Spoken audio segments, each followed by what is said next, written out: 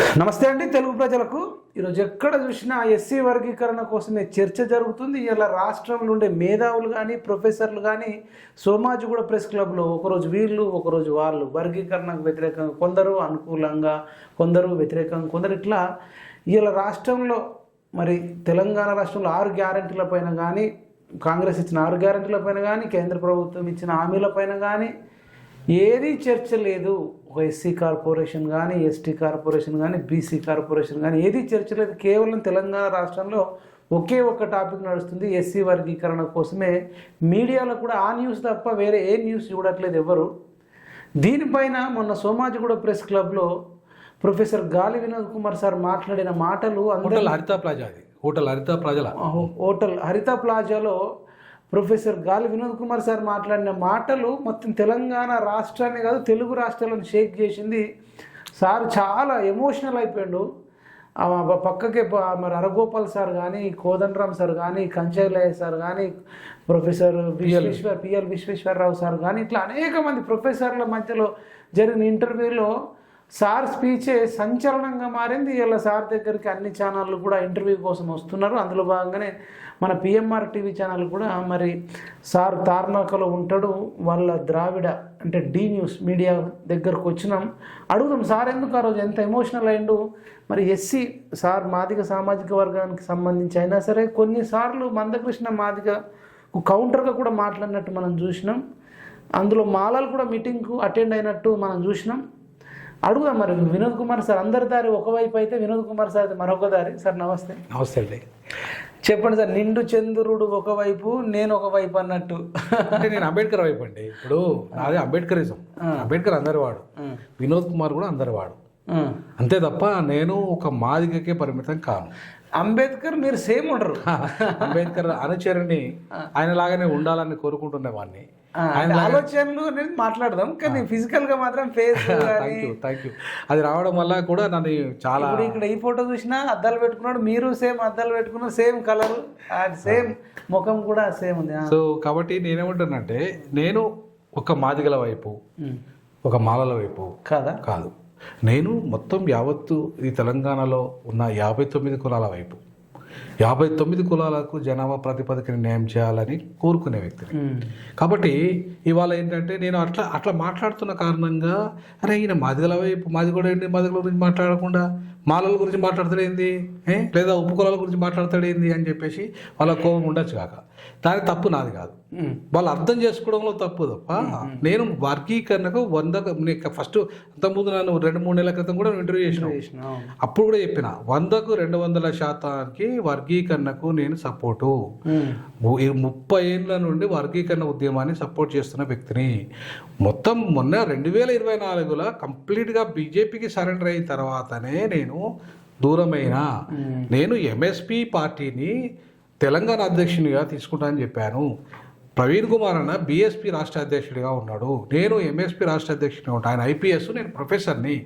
So నేను ఉద్యోగానికి రాజీనామా చేసిన ఎంఎస్పీ రాష్ట్ర అధ్యక్షునిగా ఉండి వర్గీకరణ చట్టం పార్లమెంట్లో ఎట్లా బీజేపీ చేయలేదన్న, అట్లీస్ట్ సుప్రీంకోర్టు ద్వారా అయితే జడ్జిమెంట్ ఇప్పించింది. ఆ పాత్ర వాళ్ళదైతే ఉన్నది.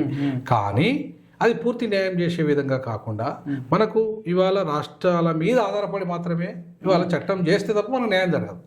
సో కాబట్టి అన్న కనీసం అట్లీస్ట్ మనం బీజేపీకి సపోర్ట్ చేయాలంటే ఎంఎస్పీకి ఒక 10 ఎమ్మెల్యే సీట్లు తెలంగాణలో, 2 ఎంపీ సీట్లు మాదిగలకి ఇవ్వాలి. మనం బీజేపీతో పొత్తు పెట్టుకున్నాం. 119 ఎమ్మెల్యే స్థానాలలో మేము 10 పోతే ఇంకెన్ని ఉంటాయి అంటే 109 ఉంటాయి. 109 బీజేపీ పోటీ చేయనండి. అట్లాగే 17 ఎంపీలలో 2 ఎంపీలు మనకి ఇస్తే 15 ఎంపీలు బీజేపీ పోటీ చేయను. ఎందుకంటే కాళేశ్వరం గారు కూడా ఉత్తరప్రదేశ్లో అట్లనే పైకి ముందు బీజేపీతో పొత్తు పెట్టుకున్నారు. అట్లనే మీరు కూడా ఇక్కడ తిరుమావలం కూడా ఇక్కడ తమిళనాడులో ఆయన కూడా మొదట బీజేపీతోనే పొత్తు పెట్టుకున్నాడు. ఆయన ఇప్పుడు 2 ఎంపీలు 4-6 ఎమ్మెల్యేలు గెలిచిండు ఆయన అక్కడ. సో కాబట్టి ఇవాళ దళిత నాయకత్వము రాజకీయ రంగంలో ఎదుగుతుంది ప్రధానంగా తెలంగాణలో. తర్వాత మీరు ఆంధ్రప్రదేశ్లో కూడా మీకు ఆ కూటమి దాంతో మీరు పొత్తు పెట్టుకుని అక్కడే అడుగుతారో అడగండి అన్న. సో చెప్పి నేను అన్నాను. సో నేను అందరు విద్యార్థి సంఘాల సమక్షంలో ఇది జరిగింది, ఉస్మానియాలోనే జరిగింది. తర్వాత పరిణామాలు ఏంటంటే అట్లా కాకుండా పూర్తిగా కంప్లీట్గా బీజేపీకే ఓట్లు వేయాలి మనం. లేదు బీజేపీకి మన ఎంఎస్పీ పోటీ చేసేది లేదని చెప్పి నిర్ణయం చేసిన తర్వాత అంటే ఇప్పుడు ఈ సలహాలన్నీ మీరు మందకృష్ణ మాదిగనకి ఇచ్చిర్రా? నేను విద్యార్థుల ద్వారా చెప్పి పంపిన ఇవన్నీ తమ్ముళ్ళు. ఎందుకంటే అన్న ఆ రోజు రాలే, ఆర్ట్స్ కాలేజీలో మీటింగ్ జరిగింది, అన్న ఆ రోజు రాకపోతే నేను చెప్పిన పిల్లలకి, అరే బాబు మీరు వెళ్ళి అన్నతో మాట్లాడండి, ఒకవేళ అన్న ఓకే అన్నాడు అనుకో, నేను వచ్చి కంప్లీట్గా ఎంఎస్పీ బాధ్యత తీసుకుంటా తెలంగాణలో, తీసుకొని తెలంగాణ మొత్తం తిరుగుతా, తెలంగాణ తిరిగేసి మొత్తం పోటీ చేద్దాం, బీజేపీతోనే సపోర్ట్ మనం. ఎందుకంటే మనకు ఎంపీ ఇప్పుడు 10 ఎమ్మెల్యేలు 2 ఎంపీలు ఇస్తానంటే మామూలు విషయం కాదు కదా, ఆషామాషి కాదు కదా. సో కాబట్టి ఖచ్చితంగా బీజేపీకి అప్పుడు మనం మాదిగలుగా మద్దతు ఇద్దాం. ఒకవైపు వర్గీకరణ కోసం సుప్రీంకోర్టు జడ్జిమెంట్ ఇప్పించింది, మరొక వైపు 10 ఎమ్మెల్యేలు 2 ఎంపీలు రాజ్యాధికారంలో భాగం చేస్తున్నది. కాబట్టి బీజేపీ తప్ప ఇంకెవరికి మనం సపోర్ట్ చేస్తామని చెప్పి మనకు మంచి అదే అవుతుంది. దానికి మనం ఖచ్చితంగా అట్లా చేద్దామంటే నథింగ్ డూయింగ్, మనం పూర్తిగా బీజేపీని గెలిపేయాలని అయిపోతే నేను అప్పుడు ఆ నిర్ణయానికి వ్యతిరేకంగా బయటకు వచ్చిన, అంతే తప్ప. మంచి ఆలోచన ఇచ్చారు. ఇప్పుడు జనసేన ఆంధ్రాలో అయితే రోల్ ప్లే చేసిందో మీరు రోల్ ప్లే చేద్దాం. నేను అన్నది పవన్ కళ్యాణ్ రేంజ్ వేరుంది. ఇప్పుడు మనం ఉప ముఖ్యమంత్రి అవుతామండి. ఒకవేళ నిజంగా కాంగ్రెస్ కనుక తక్కువ పడి ఉంటే మనం ఒక 5-6 గెలిస్తే మనం కీలక భూమిక పోయించేటోళ్ళం కాదుగా. అక్కడ రాష్ట్రంలో దేశంలో కూడా ఇలా నరేంద్ర మోడీ పవన్ కళ్యాణ్కి ఏ వాల్యూ ఇస్తుండు.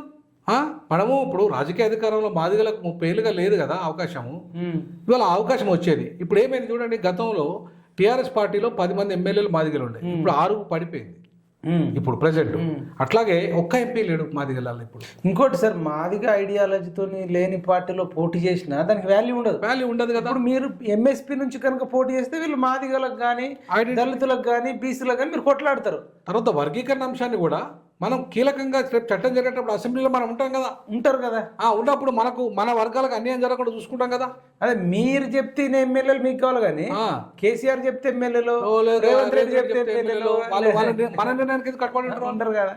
అందుకే నేను చెప్పిన మంచి ఐడియా ఇచ్చిన దీన్ని కాదన్నారు, కాదంటే నేను దూరమైన అంతే. ఇప్పుడు నాకు అట్లాగైనా వ్యక్తిగతంగా కృష్ణన్ అంటే గౌరవం, ఇప్పటికీ గౌరవమే, నేను ఇప్పటికీ గౌరవిస్తా. ఎందుకంటే సామాజిక ఉద్యమకారుడిగా 30 ఏళ్ళ నుంచి కొట్లాడుతున్నాడు. ఒక మాదిగా వర్గీకరణ ఉద్యమమే కాదు, చంటి పిల్లల ఉద్యమం కావచ్చు, అన్ని రకాల ఉద్యమాలు ఆయన చేసుకుంటూ వచ్చాడు. సో ఆయన అంటే నాకు గౌరవం. రెండవది రాజకీయ ఉద్యమంలో విశారదన్ అంటే మాదిగల్లో నాకు గౌరవం. మూడవది ఏకు తిరుపతి అని ఆధ్యాత్మిక రంగంలో మాదిగల్ని తీసుకుపోతున్నాడు ఆయన. సో ఆయన అంటే గౌరవం. సో కాబట్టి ఇట్లాంటి ఇప్పుడు మాస్టర్జీ వచ్చారు చూడండి, ఆ మాస్టర్జీ గారు అంటే గౌరవం. పాటలు పాడతాడు, అద్భుతంగా చేయగలుగుతాడు. సో ఇట్లాంటి వాళ్ళు ఎవరైతే ఉన్నారో వీళ్ళంతా కూడా మాదిగల్లో ఒక కొంచెం ఉన్నతమైన స్థితికి మాదిగలు తీసుకుపోతా అనే ఒక పందాలో ఉన్నారు. కాబట్టి నేను ఎందుకు వ్యతిరేకిస్తాను ఒక మాదిగనే ఉండి? మరి ఎందుకు ఆ రోజు అంత ఎమోషనల్ అయ్యారు మీరు? అసలు మాలల్ని తిడితే మంచిగా ఉండదను ఇంకా కొంచెం పెద్ద స్టేట్మెంట్లు ఇచ్చారు, అసలు మాలలు ఎక్కడ దోసుకున్నారని చెప్పి ఇండైరెక్ట్ గా వాళ్ళకి కౌంటర్ ఇచ్చినట్టు మాట్లాడారు కదా. నేను ఇప్పటికీ అంటున్నా, మీతో కూడా అదే అంటున్నా, ఇది మాలలు ముఖ్యమంత్రి స్థాయిలో లేరు. దోపిడీ ఒకవేళ జరిగింది, ఎందుకు జరిగింది అనే దానికి కారణాలు ఉన్నాయి. ఫర్ ఎగ్జాంపుల్ ఆంధ్ర చూసుకోండి, ఆంధ్రాలో బ్రిటిష్ ఎడ్యుకేషన్ ఉంది, అక్కడ మాలలైనా మాదిగలైనా ఎదిగినరు. ఒక 100 ఏళ్ల ముందు మాకంటే ఎడ్యుకేషన్లో వాళ్ళు ముందంజలో ఉన్నారు. ఎప్పుడైతే ఆంధ్ర రాష్ట్రం ఏర్పడ్డదో వాళ్ళంతా ఈడికి వచ్చారు. ఈడికి వచ్చి అవకాశాలు అత్యధికంగా దళితులు పొందింది ఎవరండి? మీరు ఒక్కసారి చూడండి, 11 ఏళ్ళ ఇప్పుడు తెలంగాణ వచ్చి ఇద్దరు డైరెక్ట్, ఒక మాల ఒక మాదిగ అయ్యాడు ఐఏఎస్లో, ఇద్దరు. అంతకుముందు కూడా ఉన్నది పాత తరంలో ఉన్నది ఎవరు? మొత్తం ఉమ్మడి ఆంధ్రప్రదేశ్ మొత్తంలో తీసుకుంటే తెలంగాణ నుండి ఇద్దరు ఉన్నారు ఐఏఎస్లు.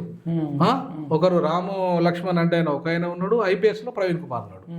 ఈ మొత్తం చరిత్రలో ఉమ్మడి ఆంధ్రప్రదేశ్ చరిత్రలో తీసుకుంటే, అంటే ఇప్పుడు మీరు అదే ఆంధ్రలో తీసుకోండి, మాలలు ఎంతమంది ఉంటారు ఇప్పటికీ గవర్నమెంట్లోనే. ఇప్పుడు ప్రస్తుత గవర్నమెంట్లో దానకిషోర్ ఎవరండి?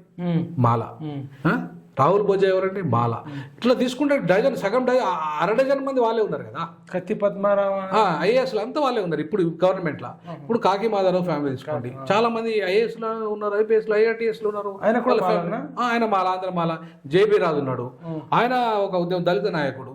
ఇట్లా మొత్తానికి తెలంగాణలో ఇప్పటికి తిష్టవేసి ఇప్పటికీ ఉన్నది ఎవరంటే ఆంధ్రలో ఉన్నారు. మాలలైనా మాదిగలైనా. మా మాదిగలలో కూడా చూసుకోండి మీరు, ఐఆర్టీఎస్ కిషోర్ బాబు కానీ, తర్వాత భరత్ భూషణ్ కానీ, ఇట్లా చూసుకుంటే అంత ఆంధ్రలో కదా మాకు హైదరాబాద్లో కనపడేది. ఇప్పుడు తెలంగాణ నుంచి మాదిగలు కానీ మాలలు కానీ లేరంట. ఎక్కడున్నారండి? ఇప్పుడు మీరు చూడండి, లెక్కలు చూడండి. ఇప్పుడు తెలంగాణలో మాలలు లేరు, నా మాదిగలు లేరు, ఐఏఎస్లు ఐపీఎస్లుగా.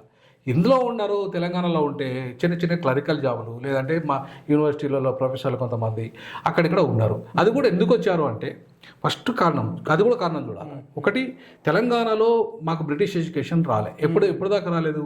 56 వరకు కూడా రాలే. 56 తర్వాత బ్రిటిష్ ఎడ్యుకేషన్ ఇక్కడ ఇంగ్లీష్ మీడియం ఎడ్యుకేషన్ స్టార్ట్ అయింది. అంతకంటే ముందు ఉర్దూ మీడియమేగా. అందులో ఉర్దూ ఎవరు తెలుగు, మన తెలుగు వాళ్ళు ఉర్దూ ఎవరు చదువుతాడు? అది మన డిఎన్ఏలోనే అది లేదు కదా, మన డిఎన్ఏలో లేదు. తెలుగు మీడియం స్కూల్స్ లేవు ఎక్కువ. తర్వాత తెలుగు మీడియం స్కూల్స్ మన ఎవరు, మన భాగ్యరెడ్డి వర్మ ఆయన నిజాంను రికమెండ్ చేయడం వల్ల తెలుగు మీడియం స్కూల్స్ వచ్చినాయి. బాబాసాహెబ్ అంబేద్కర్ కూడా నిజాంతో సత్సంబంధాలు ఉండడం కారణంగా ఇవాళ ఒక లా మినిస్టరు, ఎడ్యుకేషన్ మినిస్టర్ ఒక దళితుడు అయ్యిండు నిజాం హయాంలో. అంతేకాకుండా అప్పుడే ₹1 నిధి ఇచ్చాడు నిజాము తెలుగు మీడియం స్కూల్స్ పెట్టినప్పుడు. సో దాంట్లో కొంత దళితులకు కొంత ఎడ్యుకేషన్ అప్పుడు స్టార్ట్ అయింది. కానీ తెలుగు మీడియం పూర్తి స్థాయిలో మాకు అందుబాటులోకి రాలే. ఇంగ్లీష్ మీడియం అయితే అసలే రాలే. సో కాబట్టి ఇక్కడ మాదిగలు ఏం చేశారు అంటే తోల పరిశ్రమలో పనిచేశారు. ముస్లిమ్స్ ఎక్కువ కదా ఇక్కడ, వాళ్ళకు తోల పరిశ్రమలు ఎక్కువ కదా. మాదిగలంతా తోల పరిశ్రమలో పనిచేసారు, లేదా చెప్పులు కొట్టుకొని బతికారు. సో కాబట్టి ఏమైంది, మాకు వృత్తి ఉంది కాబట్టి మేము ఏదో వృత్తి చేసుకుంటూ బతికినాం. చదువు మీద మేము కాన్సన్ట్రేట్ చేయలేదు. ఒక చిన్న ఎగ్జాంపుల్ చెప్తా. మా నాయన చిన్నప్పుడు, మేము చాలా చిన్నగా ఉన్నాం, మేము 5 ఏళ్ళ అప్పుడు మా నాయన ఒక ప్రశ్న అడిగిండు. అరే నువ్వు ఏం చేస్తావురా పెద్దగా అయినా కానీ అడిగిండాను. మా నాయన సరిగా చదువు రాదు. మా నాయన దొంగతనాలు, చిన్న చిన్న దొంగతనాలు చేసేది, టాంగ కొట్టేది. మా తాత దొంగతనాలే చేసేది. అంటే మా వృత్తి అది. అంటే మా ఒక రకంగా మీరు ఓపెన్ గా చెప్పేస్తారు. ఓపెన్ తప్పేముంది. ఇప్పుడు చిన్న చిన్న బుద్ధి తిండి కోసం దొంగతనం ఏదో పెద్ద కోటీశ్వర్లు అడగ తిండి కోసం బతుకుతేను లేదు. అదే అయితే విషయం చెప్తున్న పాటు మా నాయన ప్రొఫెసర్ గాలి కుమార్ సార్ ఒక దొంగతనం చేసే వాళ్ళ కొడుకు. అవును, పక్కా కొడుకు. తిండి కోసం, ఆకలి కోసం అట్లాంటి కటిక పేదరికాన్ని అనుభవించిన. అందుకే ఏడ్చిన నేను అక్కడ. నేను ఎందుకు ఏడ్చిన అనుకుంటున్నారు మీరు? అత్యంత కటిక పేదరికం నుండి వచ్చిన నేను. ఎంత అంటే ఇల్లు గతి లేదు, ఇల్లు గజం జాగా లేదు, ఇల్లు గతి లేదు. దొంగతనం చేసింది భూములు కొనుక్కోవడం కాదు అసలు, పిల్లల్ని కాపాడుకోవడం కోసం. అట్లా కూడా కాదు. ఇంకా విచిత్రం మంచి దొంగ మన ఆయన. ఎట్లా అంటే ఫర్ ఎగ్జాంపుల్ కౌంటర్లో బండ్లలో పోయి వ్యాపారం చేస్తారు కదా వాళ్ళు. ఏది టాటా ఎడ్ల బండ్లలో తీసుకుపోయి వ్యాపారం, ట్రాక్టర్లలో తీసుకుపోయేది కదా. మన ఆయన పట్టుకొచ్చిన ఏమైనా వస్తువులు ఉంటే బియ్యం బస్తాలు తెచ్చిండు అనుకుందాం. అంత పేదలందరూ పంచేది. తెల్లారి వరకు మాకు 1 కిలో బియ్యం మాత్రమే వచ్చేది. ఒక 5 బస్తాలు బియ్యం తెచ్చిండు అనుకో, 5 బస్తాలు పంచేది రాత్రి తెల్లారి. ఈ టైప్ అన్నాడు మా వాడు. పండగ సాయం లాగా జస్ట్ మాకు 1 కిలో బియ్యం మాత్రమే వచ్చేది. ఆ పూటకు మొత్తం మిగతా బస్తాల బియ్యం అన్ని పంచేది పేదలకు. అంత మంచి మెంటాలిటీ, చాలా మంచి మెంటాలిటీ అన్నట్టు. మంచిదో అంటారు సో సినిమాలలో ఆ టైప్ మన ఆయన. ఇది అసలు ఆ పొజిషన్ నుంచి మీరు ఈ పొజిషన్ దాకా ఎదిగారంటే మరి మామూలు విషయం చెప్తున్నా పట్టండి. నేను ఇంకా ఎందుకు మా నాయన అడిగిన ప్రశ్న ఏం తెలుసా? అరే నువ్వు ఏం చేస్తారా అనేది. నేను నాయన నేను చదువుకుంటేనే అనేది. ఎందుకురా మా తమ్మ, ఎందుకురా చదువుకుంటావు విధవా? అది బాపనోడు కదరా వాడు, వానికి కదరా పని చేసే శాత కాదు కాబట్టి మాటలు చెప్పి బతాడు, వాడు చదువుకోవాలరా. మనకెందుకురా చదువు? మనం దొంగతనాలు చేయాలి, మనం కొట్టాడాలి, మనం వాందనాలి, విందనాలి, లేకపోతే మనకు ఇంకో పనులు చేయాలి. అంతేగాని మన చదువు ఏందిరా, ఎవడరా నీకు చెప్పింది అని చెప్పేసి నన్ను అన్నాడు. మా తమ్మిని అడిగాడు, వాడు చిన్నోడే. నువ్వేం చెప్తాడు? అలా నేను లేక దొంగతనం చెప్తాను ఆయన. నాయన నేను కొట్లాడుతాను ఆయన. అరే వీడురా మగోడు, నువ్వు ఆడిబట్లోనివి చదువుతాడు ఇవ్వడని అని చెప్పేసి అట్లా సబ్ కాన్షియస్ మైండ్ అట్లా థింక్ చేశాడు మా నాయన. చేసి మా నాయన కత్తిచ్చాడు అప్పుడే. సరే నువ్వు ఎట్లా చెప్తావు దొంగతనం చేయరా, బస్తాను కోయరా అని. బస్తాలు అక్కడ లేవు టైంకు, లేకపోతారా మీ అన్న యొక్క కడుపు కోయరా అన్నాడు. మా తమ్ముడు నా కడుపు కోసాడు. ఇంత పెద్ద స్టోరీ ఉందా? ఏమనుకుంటున్నారు మీరు? అసలు మా బతుకులు ఎట్లా ఉంటాయో తెలుసా? మేము సంచారంతోనే మన కడుపు కోసేటట్టు మన మైండ్ అట్లా ఉంటది. తాగి అట్లా మనం తాగి ఏం చేస్తున్నా మనకు తెలియదు. మన ఆయన ఫుల్ తాగబోతు. సో ఏం చేసాడో తెలియదు. అంటే మనము మా సమాజాన్ని చదువుకోకుండా, జ్ఞానం లేకుండా, అజ్ఞానంలో ఉంచి, తాగుబోతులని చేసి, అంధకారంలో ఉంచి, మాకు చైతన్యం లేకుండా మా జాతులు మేమేం చేసేది, డక్కలలో మేమంతా మాకు ఇల్లు లేదు, డక్కలలోకి వెళ్ళలేదు. మేము డక్కలలో ఇంట్లోనే గుడి చేసుకొని తిని ఉండేది. నేను డక్కలతోనే పెరిగిన, వాళ్ళ ఇళ్ళలోనే పెరిగిన. డక్కలలో ఏం పని చేస్తారు సార్? అవి చెట్లను చెట్లకు ఏం చేస్తారు మన పక్షులు ఉంటాయి కదా ఆ పక్షులను గుల్లెలతో కొట్టి చంపేది, లేదా జంతువులు ఉంటాయి కదా జంతువులను పోయి వేటాడి చంపేది. అంతే, అవే తినుకుంటా అవే తాకుండా మంచి మందు తాగేది, కాల్చుకొని తిరిగి మేము మా అయ్య ఏం చేసేది తెలుసు, జ్వరం వస్తే మాకు మంచి మందు తీసుకొచ్చి తాపించి మాంసం ఉంటది కదా ఆ మాంసంలో మంచి పసుపు బాగా కలిపి మాంసం అంటే సారా తీసుకొచ్చేది, సారా ఈ పిట్టలు కలిసి తినబెట్టేది. వేసుకునేది ఏం లేదు అసలు మేము వెనక చూస్తే ఏముండదు, ముందు చూస్తే ఏముండదు. ఆది మానవుడు లెక్కనే, ఆది మానవుడు ఎట్లనో మా బతుకులు అట్లా. సో అట్లాంటి బతుకు నుండి వచ్చినాను నేను. అందుకే మీకు అంత ఎమోషన్ ఎందుకు అయిందంటే కారణం అది. సో ఇట్లాంటి బతుకులు మాయి ఇవాళ ఇప్పటికీ కూడా ఆదివాసీ గూడాలలో పోండి, మీరు సంచార జాతులకు పోండి, ఇప్పటికీ మీరు కొయ్యగూడాలలో పోండి, ఇంకా అక్కడున్న దళితుల పరిస్థితులు కానీ ఆదివాసుల పరిస్థితులు కానీ చాలా దుర్మార్గమైన స్థితిలో ఉన్నాయి. సో వాటి గురించి మనం మాట్లాడకుండా 95% పేదరికంలో ఉన్నారు ఇప్పటికి మా జాతులు. అదే సార్, మరి ఇప్పుడు ఇది మొత్తం పేదరికం పోవాలంటే వర్గీకరణను ఆపడం వల్ల అవుతుందా, లేదంటే వర్గీకరణ చేయడం వల్ల అవుతుందా? అసలు దీనికి పర్మనెంట్ సొల్యూషన్ ఏంది? నేను అదే అంటున్నా. ఇప్పుడు నేను మందకృష్ణ కూడా నేను ఇప్పటిదాకా చెప్తుంది ఒక చిన్న 5% ఉన్న చదువుకున్న విద్యావంతుల సమస్య. వర్గీకరణ అనేది 5% విద్యావంతుల సమస్య, మిగతా 95% ప్రజలది కాదు కదా, అవునా? సో ఈ 5% విద్యావంతుల సమస్య పరిష్కారానికి 30 ఏళ్ళు పట్టింది. అది కూడా ఏంది మా సమస్య కాదు, ఇది తెలంగాణలో సమస్య కాదు, ఇది ఆంధ్రుల సమస్య. ఎందుకు ఆంధ్రుల సమస్య అంటున్నానంటే అక్కడ వీళ్ళు చదువుకున్నారు, మాలలు మాదిగలు బాగా చదువుకొని వాళ్ళు ఐఏఎస్లు ఐపీఎస్లు అయిన తర్వాత రాజకీయాలకు పోవాలి. రాజకీయాలకు పోవాలంటే కాంగ్రెస్ మాలలకు ఇచ్చేసుకుంటుంది అవకాశాలు బాగా. ఇక మాదిగోళ్ళకి అవకాశాలు లేవు. తెలుగుదేశం పార్టీ పుట్టేదాకా మాదిగోళ్ళకి అవకాశాలు ఇచ్చింది కదా, తెలుగుదేశం వీళ్ళకి ఇచ్చింది. కొట్లాట అక్కడ స్టార్ట్ అయింది, అవకాశాల దగ్గర కొట్లాట స్టార్ట్ అయింది. తర్వాత ఉద్యోగాలలో కూడా మాలలో అక్కడ ఎక్కువ లబ్ధి పొందారు, ఎందుకంటే వాళ్ళు ఎక్కువ చదువుకున్నారు ఆడ. తర్వాత నెక్స్ట్ మాదిగోలు చదువుకున్నారు, వాళ్ళకు కూడా తక్కువ అవకాశాలు వచ్చినాయి. కానీ తెలంగాణలో మాలోనికి కానీ మాదిగోనికి అవకాశాలే లేవు కదా. ఒక్క వెంకటస్వామి ఫ్యామిలీ కాంగ్రెస్లో పోయి సంపాదించుకుని ఎదిగినంత మాత్రాన మొత్తం మాలంతా డెవలప్ అయినట్ట కాదు కదా, అది కాదు కదా. అట్లా అంటే చమార్లు ఉత్తర భారతదేశంలో వెంకటస్వామి ఫ్యామిలీ కంటే 100 కోట్లు సంపాదించిన ఉన్నారు.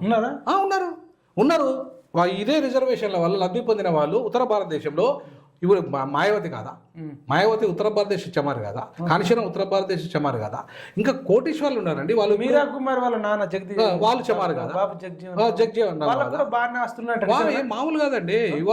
ఇవాళ కెనడా సామ్రాజ్యాన్ని ఇవాళ మొత్తం నడిపిస్తుందంతా అక్కడ చమార్లే, పంజాబ్ చమార్లు వాళ్ళంతా. అవును, మన పంజాబ్ చమార్స్ అంతా కూడా ఇలా కెనడా దేశాన్ని ఇలా దేశ ప్రధానమంత్రిని శాసించే స్థాయిలో ఉన్నారు. చమర్లు అంత బలవంతులు, అంత కోటీశ్వర్లు అండి, ఒక్కొక్కరు ఇండస్ట్రియలిస్టులు. మరి వాళ్ళంతా డెవలప్ అయిన రిజర్వేషన్ వల్ల. మరి మాదిగలు మీరు ఇదంతా మాలలు కూడా ఇదంతా కౌంటరే, మీరు మాదిగా ఉండి ఇవన్నీ పట్టుకొచ్చి కౌంటర్ వేస్తారు. వాస్తవాలండి ఇవన్నీ, వాస్తవాలు చదివిన కాబట్టి వాస్తవాలు చూసిన కాబట్టి చెప్తున్నా. నువ్వు 142 మంది ఎంపీలు ఎస్సీ ఎస్టీలు ఎంపీలు ఉంటే వర్గీకరణ సపోర్ట్ చేసేది కేవలం 17 మంది, 130 మంది వ్యతిరేకం. అవును, వాళ్ళంతా లబ్ధిదారులండి, రిజర్వేషన్లో అత్యధిక లబ్ధి పొందిన వాళ్ళంతా. అది చమార్లు అయినా సరే, అది లంబాడీలు అయినా సరే, ఎస్టీలలో లంబాడీలు అయినా సరే, ఇట్లా కొన్ని వర్గాలంతా కూడా లబ్ధి పొంది, ఆదివాసీలు కూడా ఉత్తర భారతదేశంలో లబ్ధి పొంది. అదే ఒక్కొక్క రాష్ట్రంలో ఒక్కొక్క లాభం ఉండదు. ఉత్తర భారతదేశంలో అత్యధిక లబ్ధి పొందింది చమార్లు, వాళ్ళే మాదిగలు ఇక్కడ మన దగ్గర. సో కాబట్టి ఎక్కువ లబ్ధి పొందిన వాళ్ళు అక్కడ ఉన్నారు, ఇక్కడ లబ్ధి పొందలే మాదిగలు, ఇక్కడ లబ్ధి పొందలే, ఇక్కడ మాలలు లబ్ధి పొందిండు. కాబట్టి ఇక్కడ పరిస్థితులు వేరు, అక్కడ పరిస్థితులు వేరు, ఓవరాల్గా దేశమంతా పరిస్థితులు వేరు. కాబట్టి నేనేమంటానంటే మన పరిస్థితులు, ఇది ఉమ్మడి ఆంధ్రప్రదేశ్ సమస్య, ఇది దేశ సమస్య కాదు. కాబట్టి ఉమ్మడి ఆంధ్రప్రదేశ్ రిజర్వేషన్ల సమస్య ఎందుకు మొదలైందంటే ఆంధ్రాలో మాదిగల పంపిణీలో న్యాయం జరగలేదు కాబట్టి ప్రధానంగా వాళ్ళకు అవకాశాలు ఇవ్వడంలో కాంగ్రెస్ మాలకి ఇస్తే ఎక్కువ, మాదిగలకు తక్కువ ఇవ్వడం వల్ల అక్కడ కొట్టాటం మొదలైంది. సో అక్కడ కొట్టాటం మొదలై మాదిగల్ని వీళ్ళు గుంజుకున్నారు, మాలల్ని వాళ్ళు గుంజుకున్నారు. సో గుంజుకొని ఈ యుద్ధాన్ని వాళ్ళు మాలల్ని ప్రోత్సహిస్తే వీళ్ళు మాదిగల్ని ప్రోత్సహించారు. సో ఆ రకంగా మొదలైన ఉద్యమం ఇవాళ అన్యాయం జరగలేదా మాదిగల కంటే 100% జరిగింది, జరగలేదు అంటాను. కానీ కారణాలు వేరంటున్నా. ఇవాళ ఇంకొకటి, ఇప్పుడు మీరు మాట్లాడేది భారతదేశ మాదిగల కోసమా, ఉమ్మడి ఆంధ్రప్రదేశ్ మాదిగల కోసమా, లేదంటే తెలంగాణ మాదిగల కోసం అనేది చాలా మందికి బ్లండర్, అంటే $1 మిలియన్ క్వశ్చన్ అయింది.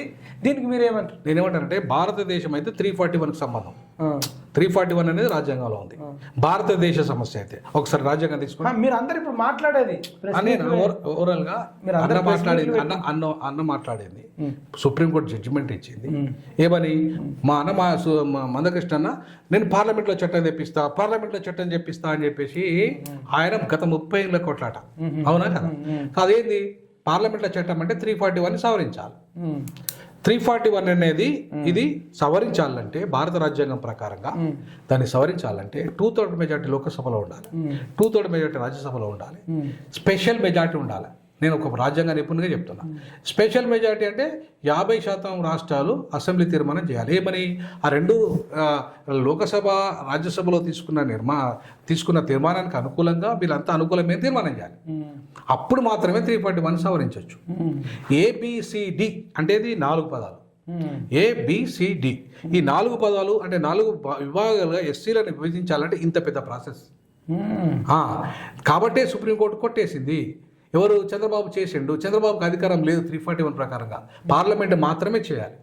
సో ఆయన చేసిండు కాబట్టి చంద్రబాబు చట్టం చెల్లదని సుప్రీంకోర్టు కొట్టేసింది ఎప్పుడు 2004లో. ఈ జడ్జిమెంట్ వచ్చింది ఎప్పుడు? ఈ జడ్జిమెంట్ ఎప్పుడు వచ్చింది?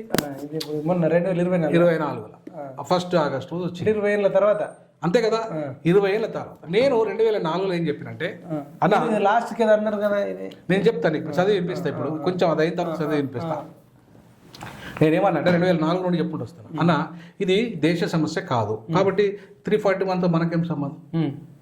మనకు సంబంధం లేదు. ఇది ఉమ్మడి ఆంధ్రప్రదేశ్ రిజర్వేషన్ల వర్గీకరణ సమస్య.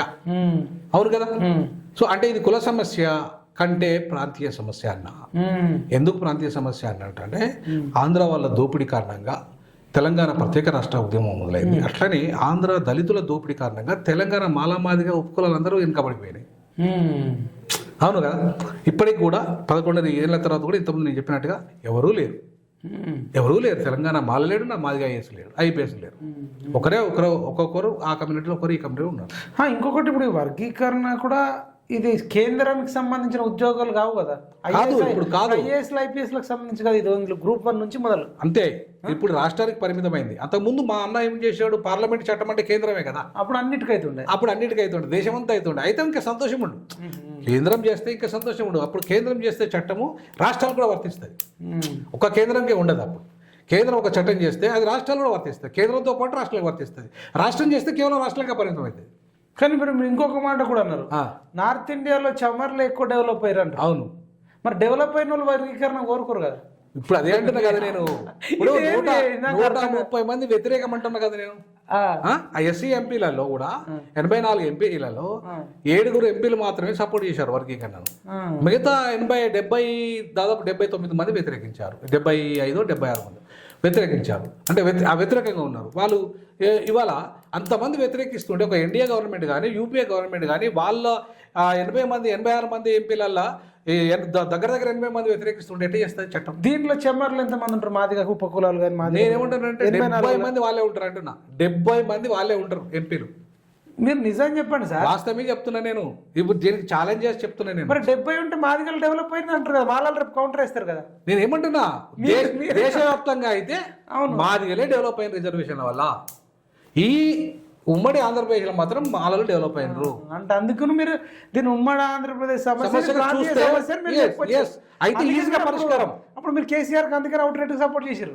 ఎస్, ఈ విషయంలో కేసీఆర్ నాతో 6 గంటలు చర్చించాడు. నేను 2004లో ఆర్టికల్ రాసిన ఏమని, ఈ సమస్య కులం కంటే ప్రాంతీయ సమస్య ఎక్కువ, విడిపోతేనే మాకేమన్నా. ఎస్, ఈ రాష్ట్రం విడిపోతేనే మాకు పరిష్కారం అవుతుంది. దాంతో పాటుగా ఇంకోటి కూడా చెప్పిన నేను, ఇది 371D ప్రకారంగానే ఇది పరిష్కారం అవుతుంది, 341తో సంబంధం లేదు అని చెప్పి నేను ఎప్పుడు చెప్పినా ఈ మాట 2004లో చెప్పిన.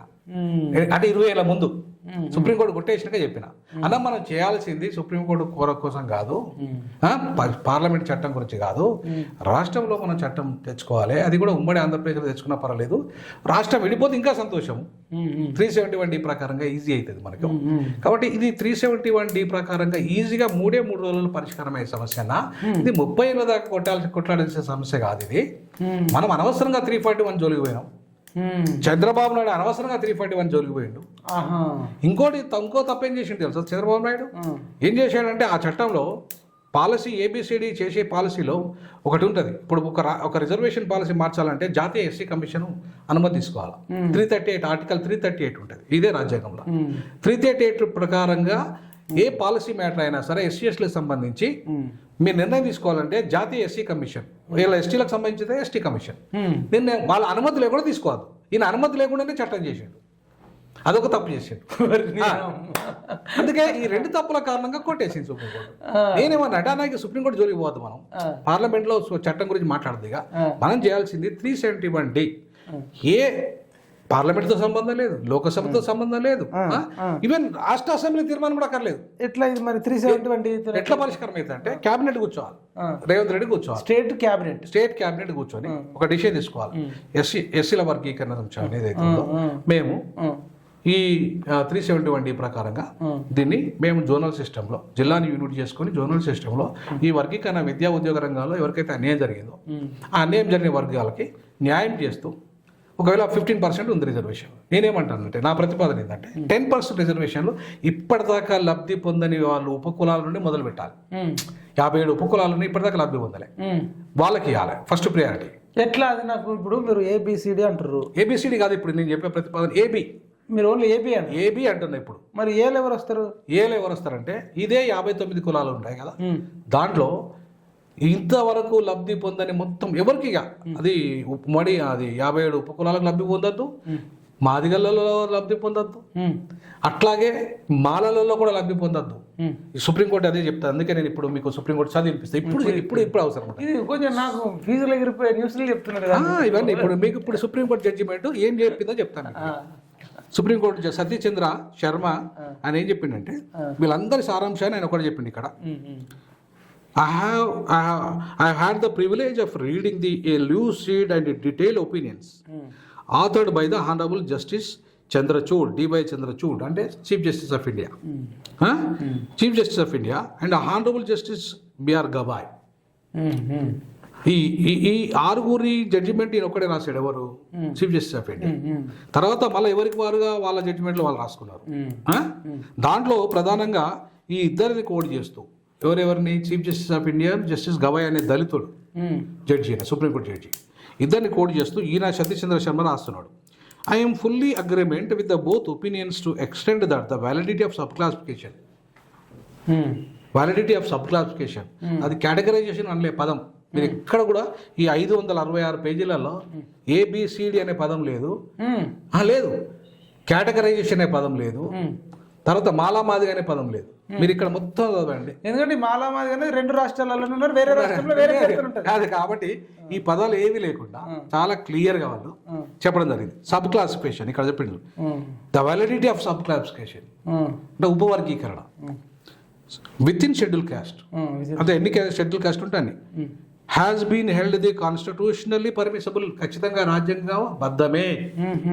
ఓకే, తర్వాత moreover I'm fully in agreement with the opinions to the extent that any exercising involving in sub classification by the state, ఇక్కడ స్టేట్ ఇంక్లూడింగ్ సెంట్రల్ గవర్నమెంట్ కూడా, యాక్చువల్గా ఓన్లీ స్టేట్ గవర్నమెంట్ కాదు, స్టేట్ అంటే రాజ్యం మొత్తం ఇది సెంట్రల్ గవర్నమెంట్ కూడా వర్తిస్తుంది, 2 కలిపిన state must be supported by empirical data compulsory ఉండాలి, లేటెస్ట్ డేటానే లేదు కదా. ఇక్కడ ప్రాబ్లం ఇక్కడికి వచ్చింది. రెండవది data that out to underscore the more disadvantaged, ఎవరికి వెళ్ళట మోర్ డిసడ్వాంటేజ్ అంటే ఇంతవరకు అనుభవించిన వర్గాలు, ఫలాలు అనుభవించిన, అసలు ఫలాలు రిజర్వేషన్లు అంటే తెలియదు, చదువు అంటే తెలియదు, వాళ్ళకి ఏది తెలియదు, వాళ్ళ ఊరికే అక్కడిక్కడ పని చేసుకొని కూలి చేసుకొని బతికేటోళ్ళు, more disadvantage status of the sub groups. అందులో ఇప్పుడు నేను చెప్పిన 57 సబ్ గ్రూప్స్ అన్నాడు. ఎస్సీ అంటే మాలామాదిగా కూడా కాదు, సబ్ గ్రూప్స్ అన్నాడు. ఇంకా ఇవన్నీ వన్ ఆఫ్ ద పేర్లు పెట్టుకుని అంతే, sub groups to which preferential treatment అన్నాడు వాళ్ళు. అందులో కూడా సబ్ గ్రూప్ లో డబ్బులు కీమల్లే, ఎవడైతే పేదోడు ఉన్నాడో, భూమి లేడు ఉన్నాడో, వ్యవసాయ కూలీలు ఉన్నారో, రిక్షా కార్మికులు ఉన్నారో, లేకపోతే ఇంకే రకరకాల వాళ్ళు ఉన్నారో వాళ్ళకి ప్రిఫరెన్షియల్ ట్రీట్మెంట్ ఇవ్వమంటుండు. అంటే ప్రిఫరెన్షియల్ ట్రీట్మెంట్ వాళ్ళకి ముందు అవకాశం. ఎట్లా ముందు అవకాశం అంటే నాకు రేషన్ కార్డు ఉంటుంది, తెల్ల రేషన్ కార్డు, నాకు ఎర్ర రేషన్ కార్డు ఉంటుంది, నేను ఎంప్లాయీని, మా మాదిగలని నాకు ఇవ్వాలన్నా, లేకపోతే తెల్ల రేషన్ కార్డు ఇచ్చి ఏ భూమి లేకుండా లేకపోతే ఎలాంటి ఆధారం లేనోనికి ఇవ్వాలా. ఎవరు లేనోడికి ఇద్దరు మాదిగోళ్ళనే. ఇంతవరకు ఆయన అస్సలే లబ్ధి పొందలేదు, అస్సలు లబ్ధి పొందలేదు, ఏమాత్రం లబ్ధి పొందలేదు. ఆయన భూమి లేదు, ఏది లేదు, ఏ ఉపాధి లేదు. వాళ్ళ పిల్లడు చదువుకున్నాడు. చదువుకుంటే ప్రిఫరెన్షియల్గా ఉద్యోగం ఎవరికి ఇవ్వాలి? ఏ భూమి లేనో నా బిడ్డకి ఇవ్వాలా, నా బిడ్డకి ఇవ్వాలా ప్రిఫరెన్షియల్గా, వాళ్ళ కొడుకు ఇవ్వాలా. వాళ్ళ కొడుకే కానీ మరి మార్కులు ఈయనకి ఎక్కువ వచ్చాయని తక్కువ వస్తే అయినా సరే ప్రిఫరెన్షియల్ ట్రీట్మెంట్ అక్కడికి వెళ్ళి స్టార్ట్ కావాలి. అంటే దానికి ఒక క్రైటీరియా ఉంటుంది. ఇప్పుడు వాడు క్వాలిఫై అవుతాడు, క్వాలిఫై అయినవాడే, అసలు కానివాడే గమంటాడు. అంటే దానికి కూడా కొంచెం లాజికల్ గా చేయమన్నాడు. అక్కడ వాళ్ళకి ఫస్ట్ అక్కడికి వెళ్ళి స్టార్ట్ కావాలి. ఏంటిది? Selection process. సెలక్షన్ ప్రాసెస్ అంటే ఏంది? ఇప్పుడు ఏమంటారు దాన్ని మనము, ఎట్లా సాధ్యం సార్? రోస్టర్ పాయింట్ అండి. ఇప్పుడు రోస్టర్ పాయింట్స్ వస్తాయి కదా, రోస్టర్ పాయింట్స్ లో ఫస్ట్ వాళ్ళకి ఇవ్వాలి, తర్వాత ఎవరికి ఇవ్వాలి? ఒప్పుకోవాలి, తర్వాత మాదిగలకి ఇవ్వాలి, వాళ్ళని కబడ్డారు. తర్వాత వాళ్ళకి ఇవ్వాలి రోస్టర్ పాయింట్లు, ఆ ప్రియారిటీ మాలలకి ఇవ్వాలి. దాంట్లో కూడా వీళ్ళంతా కూడా ఏంటంటే లబ్ధి పొందిన వాళ్ళే.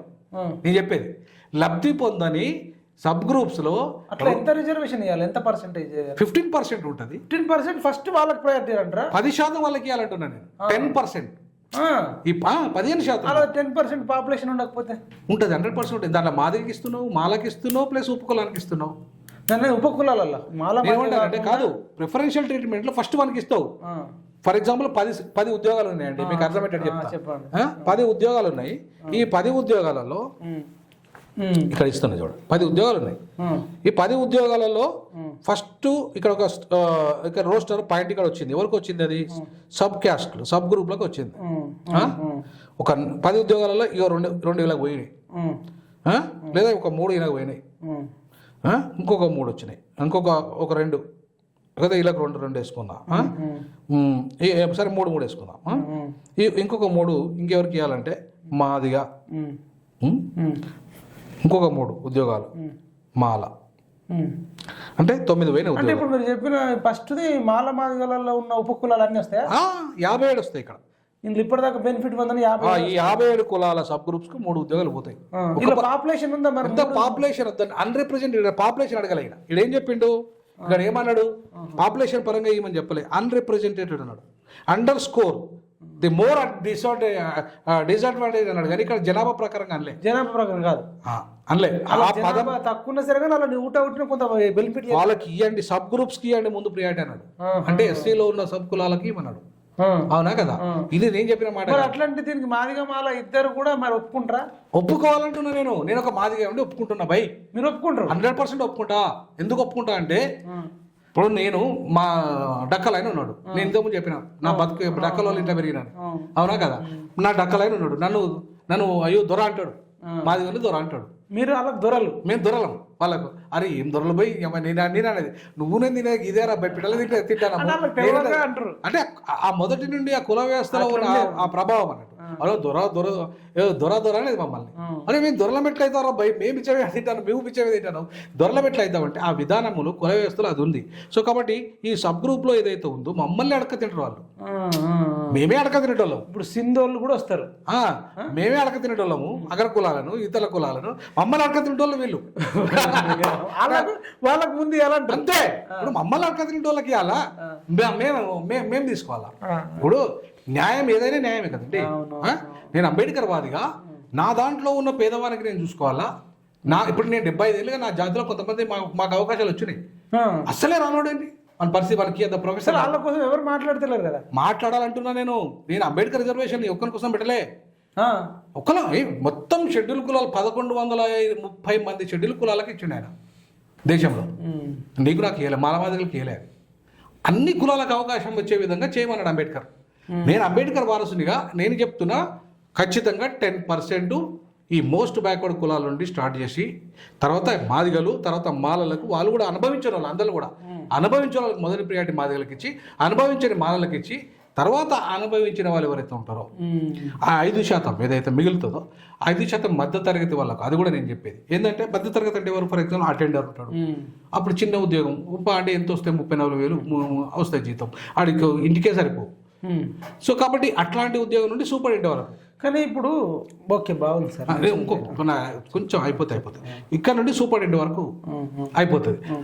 ఆ 5% వాళ్ళకి ఎదిగిన వివేక స్వామి వెంకట స్వామి, ఎదిగిన కాకి మాధవరావు, ఎదిగిన వినోద్ కుమారు, ఎదిగిన ప్రవీణ్ కుమారు, ఇట్లాంటి వాళ్ళు రిజర్వేషన్ క్లెయిమ్ చేద్దంటున్నా. ఇప్పుడు అలా అయినా వాళ్ళు చేయట్లే కదా. చేస్తున్నారు. ఇప్పుడు వివేక్ వెంకటస్వామి కుటుంబము ఇలా మా కృష్ణన్న ఆరోపిస్తున్నట్టుగా రాజకీయ రిజర్వేషన్లని ఎక్కడ పోయి అనుభవిస్తున్నారు వాళ్ళు. అవును, మీరు ఇప్పుడు ఉద్యమం పొలిటికల్ రిజర్వేషన్ కోసం కాదు కదా. కాదు కానీ చెప్తున్నా, ఇదైతే ఆ విషయం వాళ్ళు అటెండర్ జాబుకు రారు, వాళ్ళు రారు. ఉద్యోగాలలో మాత్రం వాళ్ళు రారు అనుకోండి. ఎందుకు వస్తారు సార్? వాళ్ళు రారు.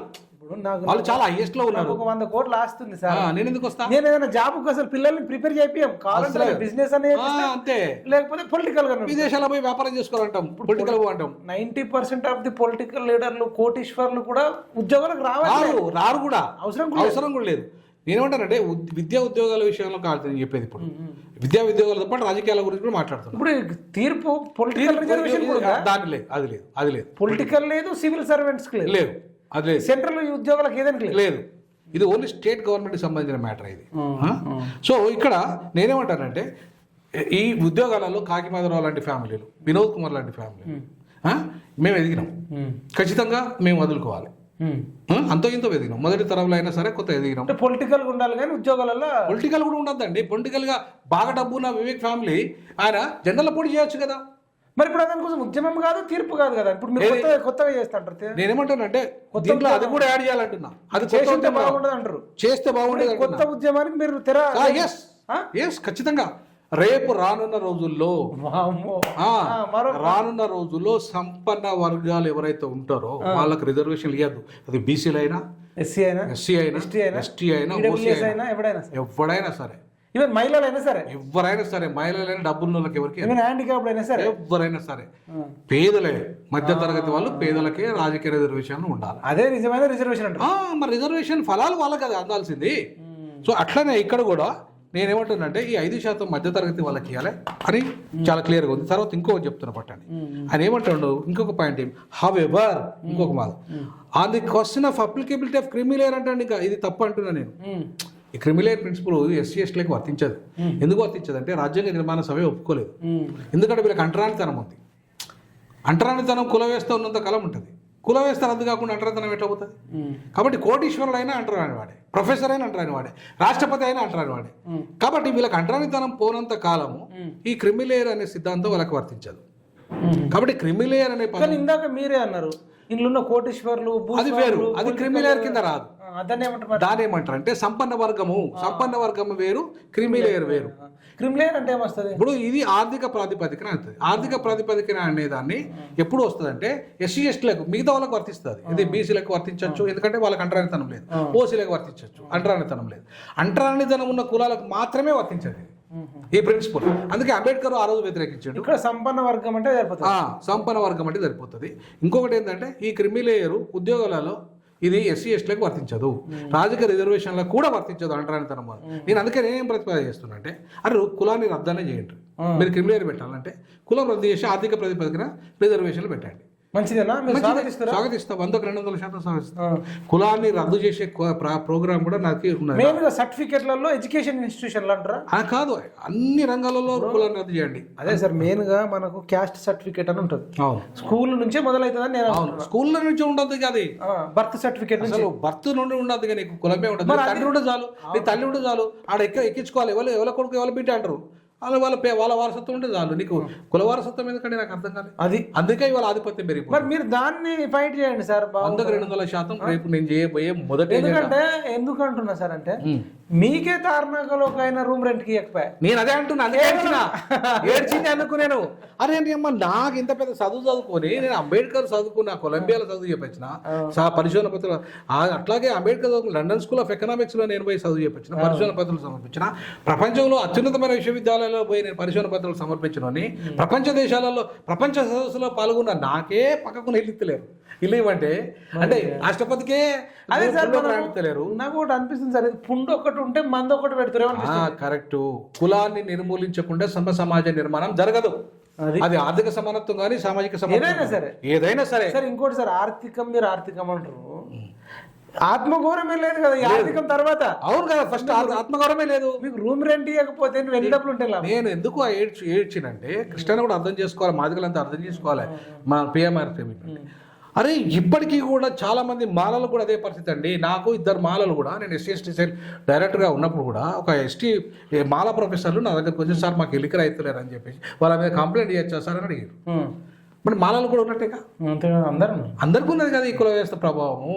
ఇలా శాఖలలో అంటే ఇంట్లోకి రానియారండి. శాఖలలో బీసీలో కూడా ఉన్నట్టే కదా ఉంది. గంగిరెద్దులలో పరిస్థితి, గంగిరెద్దుల పరిస్థితి ఏంది, కాటికాపురంలో పరిస్థితి ఏంది, శవాల దగ్గర ఉండేటోళ్ళ పరిస్థితి ఏంది, ఇలా చెప్పులు కుట్టేటోళ్ళ పరిస్థితి ఏంది, ఇలా మురికాలలో తీసేటోళ్ళ పరిస్థితి ఏంది, దొమ్మరోళ్ళు, సింధోళ్ళు, అలా ముట్టుకోవడానికి వాళ్ళని కలవడానికే నాముషి ఫీల్ అవుతారు కదా. మరి ఇవన్నీ కుల వ్యవస్థ వల్లనే వచ్చినాయి కదా. అసలు దీని మీద ఎవ్వరు పని చేయట్లేదు సార్. అదే అంటున్నా నేను. అందుకే నేనేమంటున్నా అంటే అంబేద్కర్ ఆయన జీవితం మాలం కుల నిర్మూలన పోరాటం చేశాడు, జీవితకాలం మొత్తం.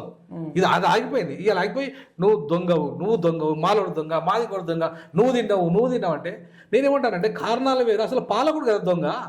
నువ్వు పాలకుడు నిన్ను పరిపాలించండి. ఇప్పుడు ఉమ్మడి ఆంధ్రప్రదేశ్లో రెడ్లు పరిపాలించారు, దొంగలు అయితే రెడ్లు అవుతారు. నేను అదే మాట్లాడినా కదా. కమ్మలు అయితే దొంగలు అయితే వాళ్ళు కావాలి. ఇప్పుడు వెలమల్లు రెడ్లు వాళ్ళు కావాలి. నువ్వు మాలలో దొంగలు అంటే ఎట్లా అంటున్నాను నేను మందకృష్ణ నేను ఏమంటున్నా, అరే నీ తోటి అంటరాని కులప్పుడు అన్ని రకాలుగా కారణం వేరు కావచ్చు. నీకు వృత్తి ఉంది, నువ్వు చదువుకోలే, ఆయనకు వృత్తి లేదు, కొంత చదువుకొని ముందు నీ తెలంగాణలో కూడా కొన్ని ఉద్యోగాలు పొందిండి కావచ్చు. కానీ పొందేటప్పుడు తప్పెవరిదైతే ఇచ్చేటప్పుడు అరే మాదిగోళ్ళకు రిప్రజెంటేషన్ లేదు కాబట్టి ఇక్కడ మాదిగోళ్ళకు రిప్రజెంటేషన్ రావాలని చెప్పి నువ్వు చట్టం తెస్తే ఒక జీవో తెస్తే చాలండి. పెద్ద చట్టాలు చేయాల్సిన అవసరం కూడా లేదు దీనికి. ఆ జీవోలో అరే బాబు జనాభా తాంబాషా పద్ధతిలో వీళ్ళకి ఇవ్వండి, ప్రిఫరెన్షియల్ ట్రీట్మెంట్ ఇవ్వండి అని చెప్పేస్తే ఈ ఒడిచిపోయే సమస్య ఇదంతా. మరి మీరు దీని మీద ఏమైనా చేస్తారా మరి ఉద్యమం? నేనేమంటానంటే ఇప్పుడు 371D అని మీరు 371D ప్రకారంగా నేను ఆల్రెడీ ఏకసభ్య కమిషన్కి ఇచ్చిన రిపోర్ట్. అవును, మరి దీన్ని పెట్టుకొని మాలల ఉపకులాలను, మాదిగ ఉపకులాలను మీరు ఒప్పించి ఉద్యమం ఏమైనా చేస్తారా మరి? కలిసి ఇప్పించినామండి. ఆ రోజు మొన్న నేను ఏకసభ్య కమిషన్కి ఇప్పుడు నేను కలిసి ఉద్యమం చేస్తున్నా, మాలలతోని ఉపకులాలతోని కలిసి ఉద్యమం చేస్తున్నా. కాబట్టి నేనేమంటానంటే కలిసి పంచుకుందామంటున్నా.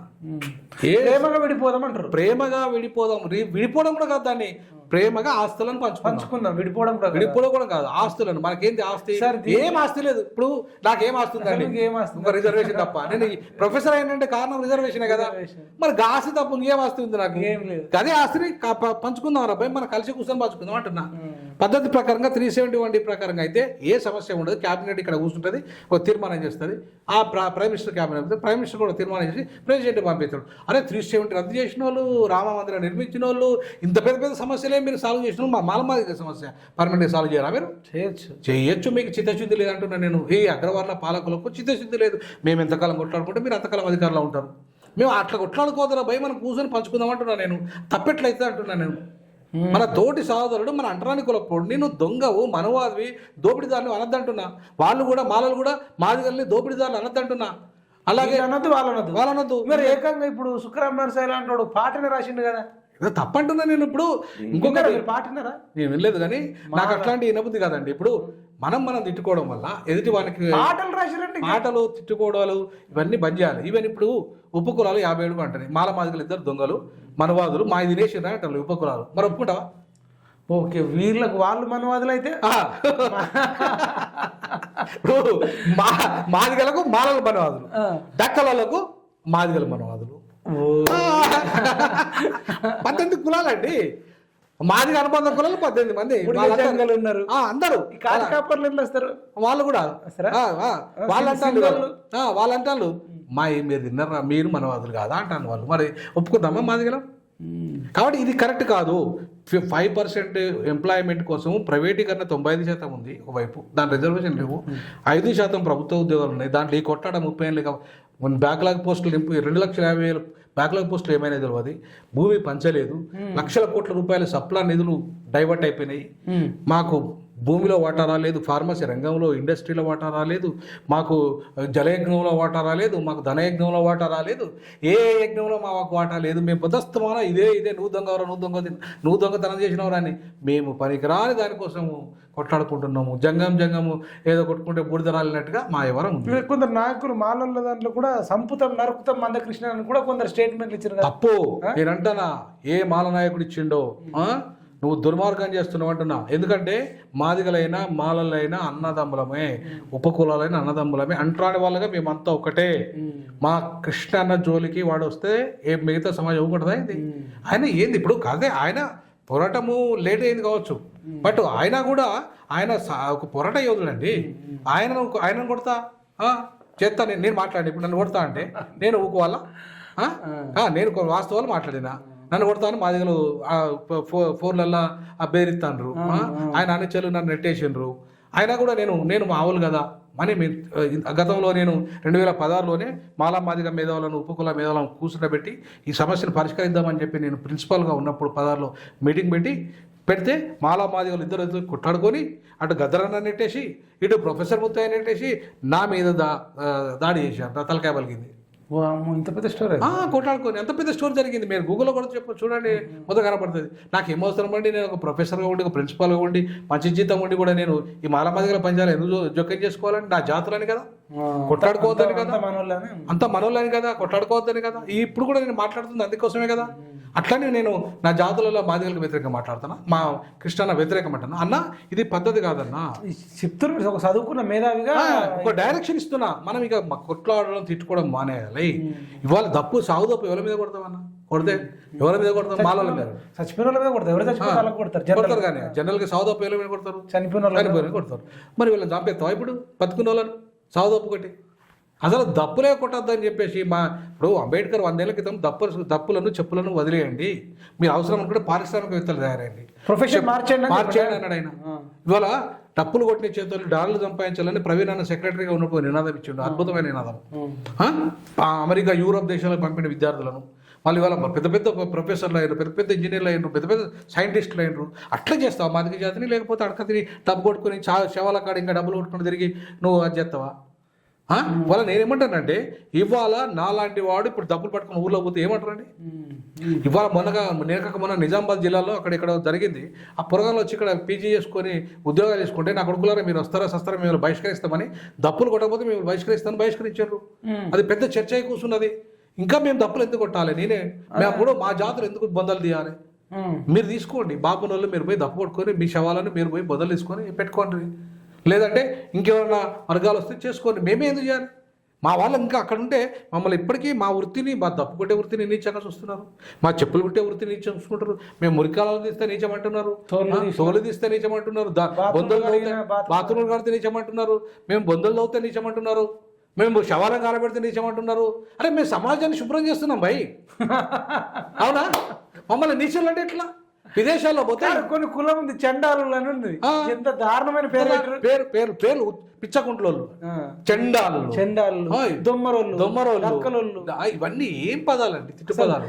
బూతులతో కూడిన కులాల పేర్లు పెట్టి ఇది మనం మార్చలేమా సార్? 100% మార్చొచ్చు. కులమే రద్దు చేయాలంటున్నా నేను. బెటర్. నేను ఏమంటున్నానంటే కులమే రద్దు కావాలి అంటున్నా. నేను ఒకటే చెప్పాల్సుకున్నా సుప్రీంకోర్టు న్యాయమూర్తులని, అరే మీరు కులాన్ని రద్దు చేయండి, మీకు నిజంగా చిత్తశుద్ధి ఉంటే సమాజాన్ని మీరు నిర్మించాలనుకుంటే మీరు ముందు కులాన్ని రద్దు చేయమని చెప్పేసి పార్లమెంట్కి ఒక రికమెండేషన్ పంపండి. ఎస్సీ కులాలు ఊరుకుంటాయి మరి? ఎస్సీ ఎస్టీలు అంబేద్కర్ కులాన్ని నిర్మూలన కోసం కొట్లాడండి. అంబేద్కర్ అంటే గొప్పలమా ఎస్సీలంతా? ఇప్పుడు ఎస్సీ ఎస్టీలు అనుకుందాం, మరి వాళ్ళ మీ కులం రద్దు అయితే రిజర్వేషన్ కూడా రద్దు అవుతుందేమో అని. 100% రిజర్వేషన్లు ఉంటాయి, ఆర్థిక ప్రాతిపదికన ఆర్థికంగా ఉంటాయి. 99% మన వాళ్ళు వెనుకబడ్డారు కాబట్టి మన వాళ్ళకి వస్తాయి. మన వాళ్ళకి వస్తాయి. మా వాళ్ళ దగ్గర డబ్బు ఉందా పోయి? ఇప్పుడు మా వాళ్ళ దగ్గర ఏం డబ్బు ఉంటుంది చెప్పు? మాకు 2 లక్షలే. ఇప్పుడు మీరు ఆర్థిక రిజర్వేషన్లకు సై, నేను 100కు 200 చెప్పు సై. కులం నిర్మూలన చట్టం తెచ్చినాక, అదే తెచ్చేదాకా మాత్రం ఆ రిజర్వేషన్ అట్లా కొనసాగాలి. అది చేయమంటారు. అది చేసిన తర్వాత నువ్వు ఆర్థిక ప్రతిఫలం చేసుకో. నేను అదే అంటున్నా, RSS వాళ్ళ కులాన్ని నిర్మూలన చేస్తా అంటుంది. నేను స్వాగతిస్తున్నా RSSను, ఖచ్చితంగా స్వాగతిస్తా. మద్దతు ఇస్తారు, 100% ఇస్తా. ఈ విషయంలో 100% ఇస్తా. RSS కులాన్ని నిర్మూలించాలన్నది నేను మోహన్ భగవత్ గారి మాట ఒకసారి నేను విన్నాను స్టేట్మెంట్. నేను స్వాగతిస్తా. కులాన్ని మీరు నిర్మూలించే చట్టాన్ని నరేంద్ర మోడీ నేతృత్వంలో మీకు మెజార్టీ ఉంది, చట్టం తేండి, అద్భుతంగా నిర్మూలించండి, మొత్తం సంపద పంచండి, మాకు లేని వాళ్ళకు రిజర్వేషన్లు ఆర్థిక ప్రాతిపదికన ఇవ్వండి. ఇప్పుడు poor class, middle class, rich class అని 3 సర్టిఫికెట్లు ఇస్తే చాలు అర్థం. అంతకంటే కావాల్సింది ఏముందండి? 90% ఉన్న ఎస్సీ మాదిగలకు కానీ మాలలకు కానీ దళితులకు పూర్ క్లాస్ అని వస్తుంది, అంతే చాలు. అట్లీస్ట్ మీరు ఏంటి అంటే పూర్ క్లాస్ అనే పేదవాళ్ళం అన్న. మీ అయ్యేవారు అంటే మా అయ్య అయినా మా అవ్వయమే, అని చెప్పుకుంటాం. పూర్ క్లాస్ మాది చెప్పలేదు. దీనివల్ల వాళ్ళకు ఉందాతనం కూడా ఉంటుంది, పెరుగుతుంది కదా. పేదోడిని ఏ వృత్తి చేసినా కూడా అప్పుడు నీకు వృత్తికి అంటరానితనం ఉండదు. అప్పుడు బ్రాహ్మణులు ఉన్న పేదైనకు పూర్ క్లాస్ వస్తుంది, వాడు పూరే. రెడ్డిలు ఉన్నాయన కూడా పూర్ క్లాస్ వస్తుంది, పూరే వస్తుంది. అప్పుడు సమానమైతాం. అప్పుడు మేమంతా పూర్వం అంతా సమానం అవుతుంది, మధ్యతరగతి సమానం అవుతుంది, సంపన్నులు సమానం అవుతారు. 3 విభాగాలు ఉంటాయి అంతేగాని 6000 కులాలట, ఈ వర్ణాలట, ఇవన్నీ ఏంది? మరి మనం చరిత్ర సృష్టించాలా సార్? మరి 100% ఇప్పుడు చరిత్ర తిరిగి రాయాలి 100%. ఎక్కడైతే అంబేద్కర్ మాట అప్పుడు వీళ్ళు వినకపోవచ్చు, అది ఇప్పుడు మనం కొట్లాడితే 100% కుల నిర్మూలన చట్టం కోసం నా జీవితాన్ని త్యాగం చేస్తా. బా ఇది చేయాలి సార్, ఇది నేను చేస్తా అంటున్నా. ఇది చేయకపోతే ఏమైతుంది తెలుసా? చాలా దగ్గర రూమ్ కిరాయికి పోయిన దగ్గర పాపం ఎస్సీ మాదిగలు కానీ మాలలు కానీ డక్కలు కానీ వీళ్ళందరూ ప్రమోషన్ల కాడ ఎస్సీ ఎస్టీ రాగానే మన మీద ఏదైనా ఏసీబీ కేసు పెట్టాలి.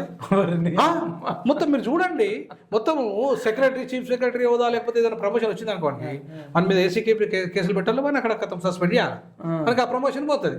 అగ్రవర్ణ కూడా వచ్చి అలా కూర్చుంటాడు సీట్ల. ఇది 90% ఇవాళ ప్రమోషన్లలో జరుగుతుంది అదే ఎస్సీ ఎస్టీల విషయంలో. అదే సార్ ప్రమోషన్లలో జరుగుతుంది.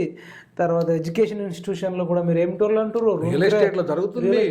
మీరు ఏమైనా కిరాయికి పోతే మీరు ఏమిటోళ్ళు అంటే ఏమి మన పరిస్థితి ఏంది? ఇప్పుడు ఇంత చదువుకుంటే నీవు ఎంత చదువుకున్నావు, ప్రొఫెసర్ డాక్టర్ ఇంజనీర్ అడుగుతలేరు, ఏం కులం అని అడుగుతారు. మీరు ఏం పని చేస్తామని అడుగు తప్పు కాదు. నేను ప్రొఫెసర్ అంటావు, లేదంటే అటెండర్ అంటావు, లేకపోతే ఆటో నడిపించుకునేటోని ప్రొఫెసర్ పట్టుకుని ఏ కులం అంటే ఇలా కులము పేరు మీద వానికి ఇవ్వవు, ఆటోనికి ఇవ్వవు, ఆ కులం చెప్తానే ఇవ్వవు. ఇక నువ్వు ఇప్పుడు ఏమైంది, ఆ కులం ఉండడం వల్ల పరువు హత్యలు అవుతున్నాయి.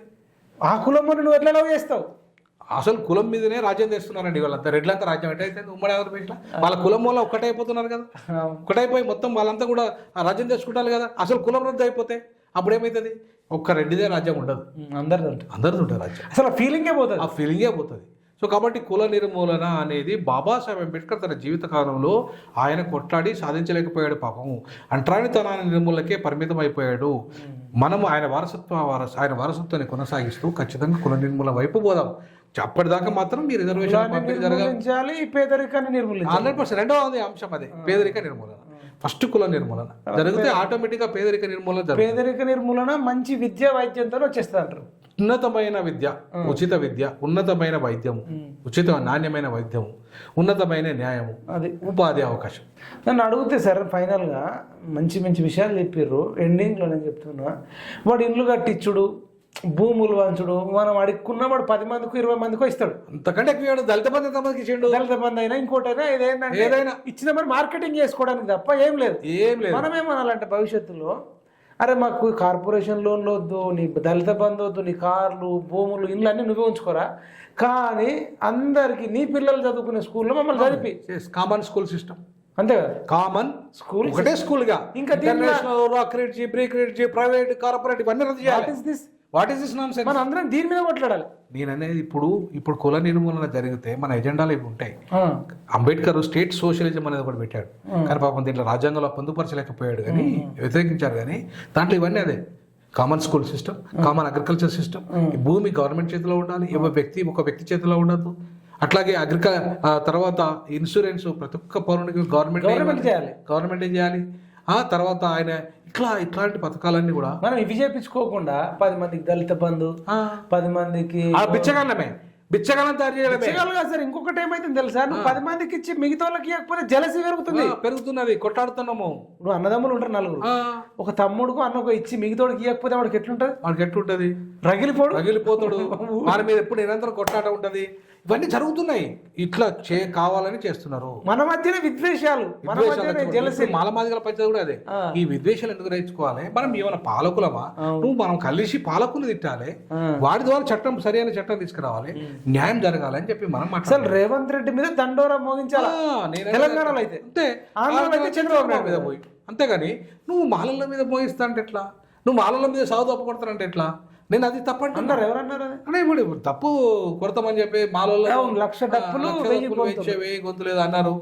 తర్వాత అది ఉద్యమాన్ని సావుడప్పేం కాదు సార్, అది జస్ట్ వాళ్ళ డిమాండ్లు నెరవేర్చుకోవడం కోసం కాదు.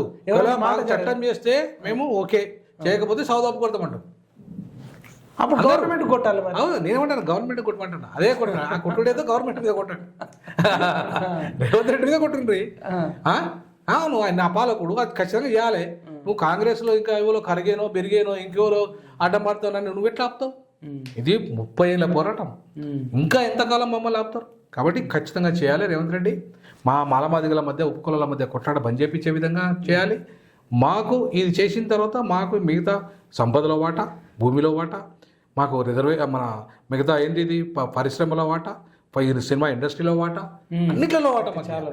ఇంకా సార్ ఇప్పుడు మాదిగలైనా మహర్లైనా మాళ్ళైనా కొన్ని ట్రైబల్ ఏరియాలలో వాళ్ళ బతుకులు చాలా విచిత్రంగా ఉన్నాయి సార్. నేను వెళ్ళి చూస్తే వాళ్ళ కోసం మీరు ఏం చెప్తారు?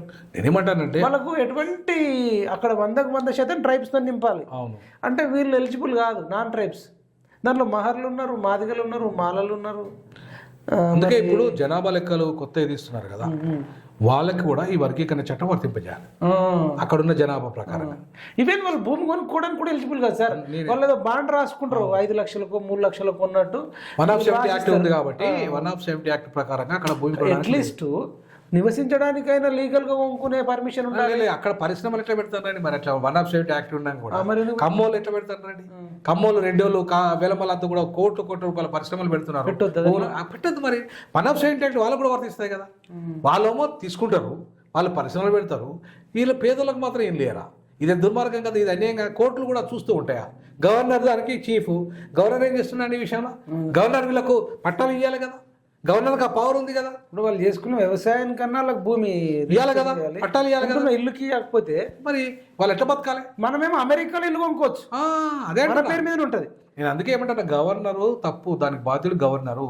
ఏజెన్సీ ఏరియాలలో నిర్ణయాలు తీసుకోవాల్సింది గవర్నరు, అక్కడున్న గ్రామ పంచాయతీ, అక్కడున్న అట్లీస్ట్ సార్ 20 ఏళ్ళ నుంచో 30 ఏళ్ళ నుంచో 40 ఏళ్ళ నుంచి ఉన్న వాళ్ళకి ఇవ్వాలి కదా. నేను అదే అంటున్నా, గవర్నరు జోక్యం చేసుకుని ఇమీడియట్లీ చేయొచ్చు.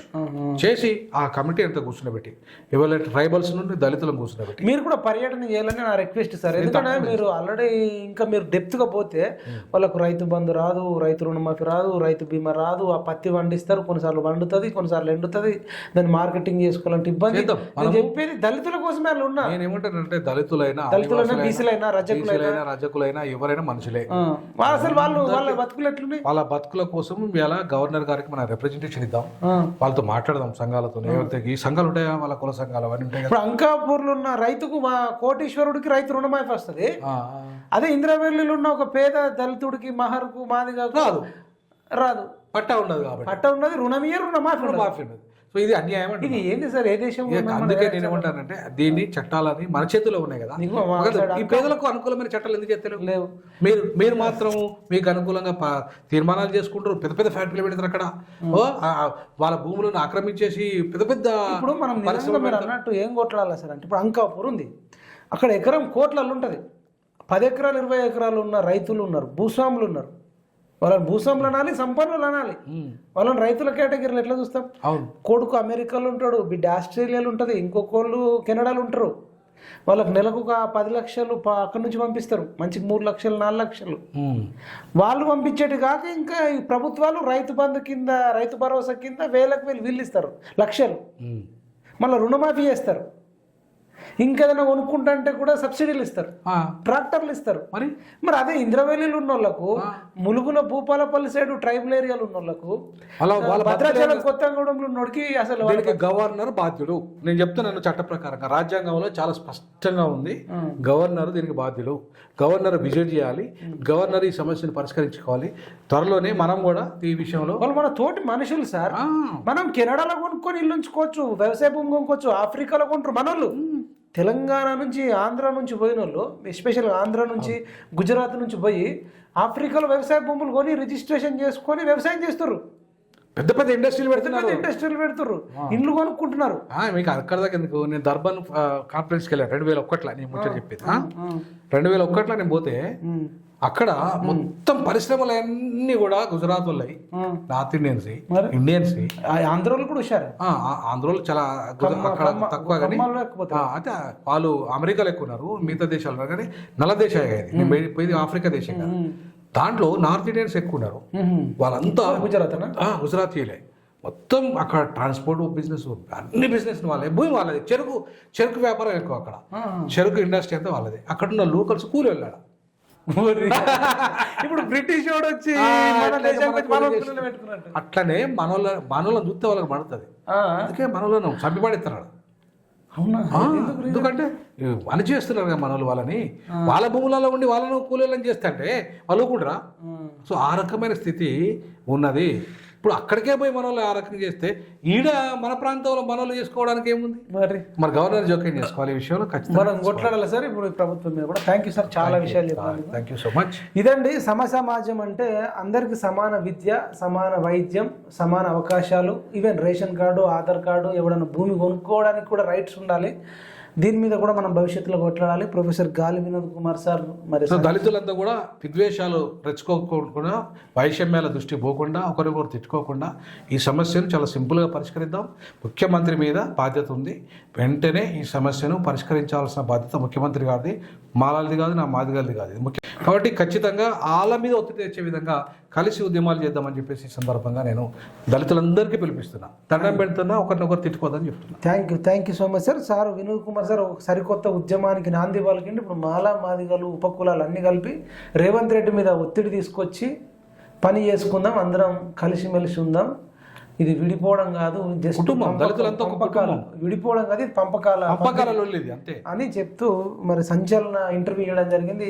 ఈ వీడియోని రేవంత్ రెడ్డి దాకా రీచ్ అయ్యేటట్టు చూడమనంటే ఆయననేమో దావాస్ అని అమెరికన్ ఆయన ఎంజాయ్ చేస్తుంటే ఇక్కడ మాలమాదిగలు తెలంగాణలో కొట్టుకుంటున్నారు. చూద్దాం మరి ఏం జరుగుతుంది అనేది. ఇది రేవంత్ రెడ్డి గారు మీరు తొందరగా పరిష్కరించాలని కోరుకుంటూ జై జవాన్, జై కిసాన్, జై